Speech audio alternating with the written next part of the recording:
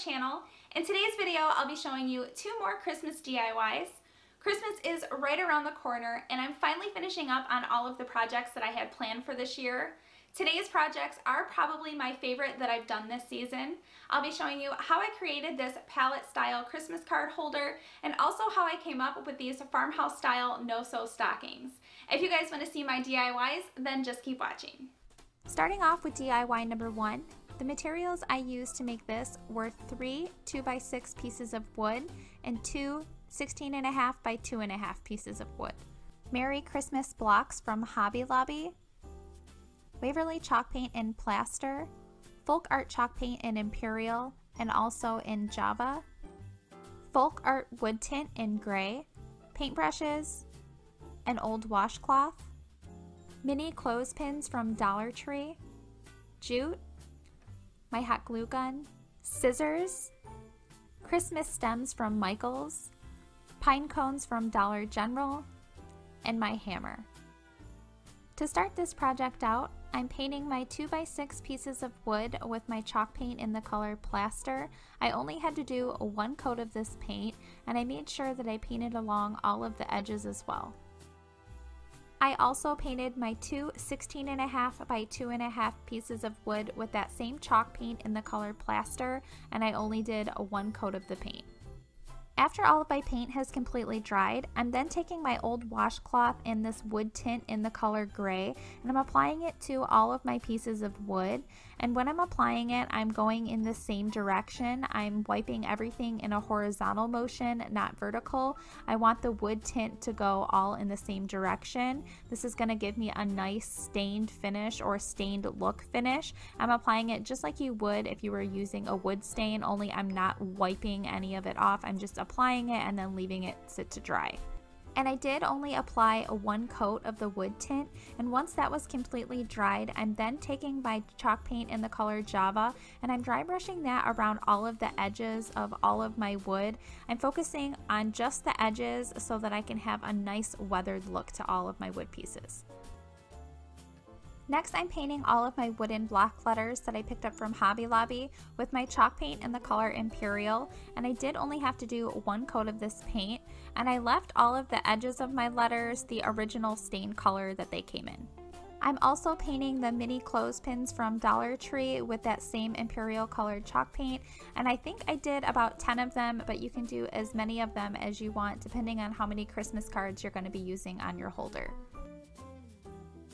Next, I'm assembling all of my wood pieces together. I'm doing the 3 larger ones on the bottom and then placing the 2 shorter ones on top of those on the ends, and then measuring to make sure that I've placed them at a 1/2 inch in.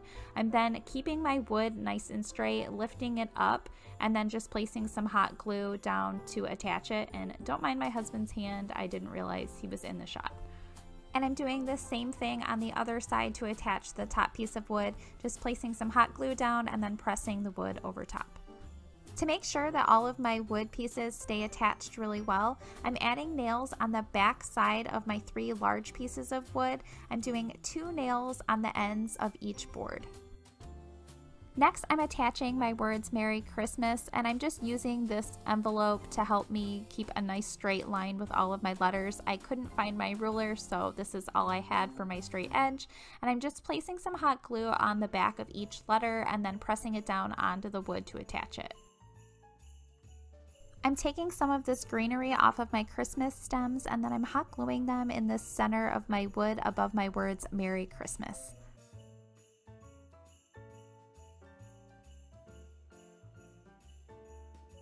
I'm also using some hot glue to attach 3 pine cones right in the center of the greenery that I just applied. I'm doing the largest pine cone in the middle and then the 2 smaller ones on the sides.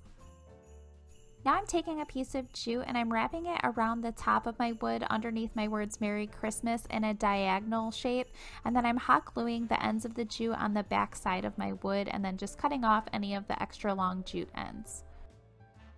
I'm continuing to add more pieces of jute on the front of my wood the same way that I did the first piece of jute, only I'm crisscrossing the jute on the front of my wood, and then to attach the jute ends on the back, I'm hot gluing them the same way that I did the first piece of jute. For the last step in this DIY, I'm adding all of my painted clothespins to my jute. This is my Christmas card holder all finished. I love how it turned out, and it really wasn't that difficult to make. I know that I'm going to be using this for years to come. Now moving right on into DIY number 2, the materials I used for this project were a stocking that I already have at home, a drill, Christmas stems from Michaels, my hot glue gun, scissors, jute, a pen, 3-inch burlap ribbon from Hobby Lobby, fabric from Hobby Lobby, also wood slices from Hobby Lobby. To start this project out, I'm placing my stocking that I already have at home on top of the fabric that I picked up from Hobby Lobby, and I'm going to be using my old stocking as a guide. I'm taking a pen and then just tracing around the stocking. Now that I have my stocking all traced, I'm using my scissors to cut my fabric along all of the traced lines. Next, I'm using my stocking shape that I just made to make another stocking shape, only this time I've flipped it in the opposite direction. Luckily for me, both sides of my fabric are the same, but this would be really important if both sides of your fabric were not the same. So I'm just taking my pen and tracing around the entire stocking. Once I have all of that traced, I'm using my scissors once again to cut out my fabric. I've placed both of my stocking shapes together, and now I'm going to be attaching them using some hot glue. I'm placing the hot glue right on the inside edge and then just pressing it together on the glue. I'm continuing to glue both stocking shapes together until I get to the very top, and I'm obviously leaving that open so that I'm able to use it as a stocking. Now it's time to flip the stocking inside out, or actually right side out, because this is going to be the outside of the stocking, and then I'm just adjusting the fabric along the foot-toe part of the stocking. I'm folding over the top edges of my stocking going inward, and I'm hot gluing them down about a 1/2 inch, and I'm doing this on both sides all around. Next, I'm measuring out my burlap ribbon around the very top of my stocking. I'm measuring the length of it a little bit longer than the width of my stocking, so I'm able to fold over the edges.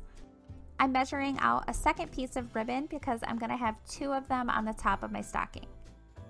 Next, I'm attaching my burlap ribbon to the very top of my stocking. As you can see here, I've lined up the top of my ribbon with the very top of my stocking, and I've placed it in the middle, and now I'm just folding over my ribbon over top of my stocking, and then I'm folding over the edges of my burlap ribbon and hot gluing them down.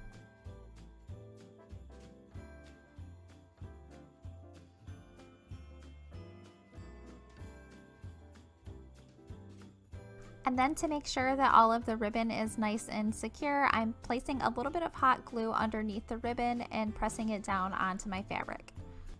I'm continuing those same steps for my second piece of ribbon right underneath my first piece of ribbon.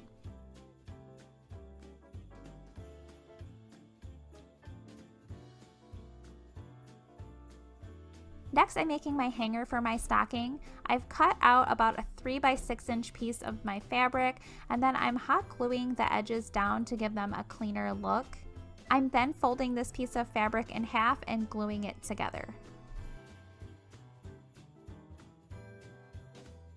I'm then gluing both ends of this fabric together to form my hanger. To attach the hanger to my stocking, I'm placing some hot glue on the inside edge and then placing the hanger over top. I really like the idea of using wood slices as name tags on my stockings, so here I'm drilling a small hole at the very top of my wood slices so that I'm able to string them onto the top of my stockings. Next, I'm taking a long piece of jute and wrapping it around the top of my stocking right in between those 2 pieces of burlap ribbon. I'm then stringing my jute through the top of my wood slice and then wrapping that around the very top of my stocking and then tying it off in the back. I also wanted to add some greenery, so here I'm just picking off some of the greeneries from these Christmas stems. I'm attaching the greenery on the front of my stocking underneath the wood slice, and to do that I'm using some hot glue. And for the very last step, I'm using a marker to write the name of the person whose stocking it is right on the wood slice. These are the stockings all finished. I'm so happy with how they turned out, and they were really easy to do. By switching out the fabric and ribbon color, these stockings would go with any style decor. I really hope you guys enjoyed today's video. If you did, give it a thumbs up and share it with your friends. Be sure to hit that notification bell so that you don't miss out on any of my future videos. And please let me know in the comments down below which one of today's projects was your favorite. Thank you so much for watching.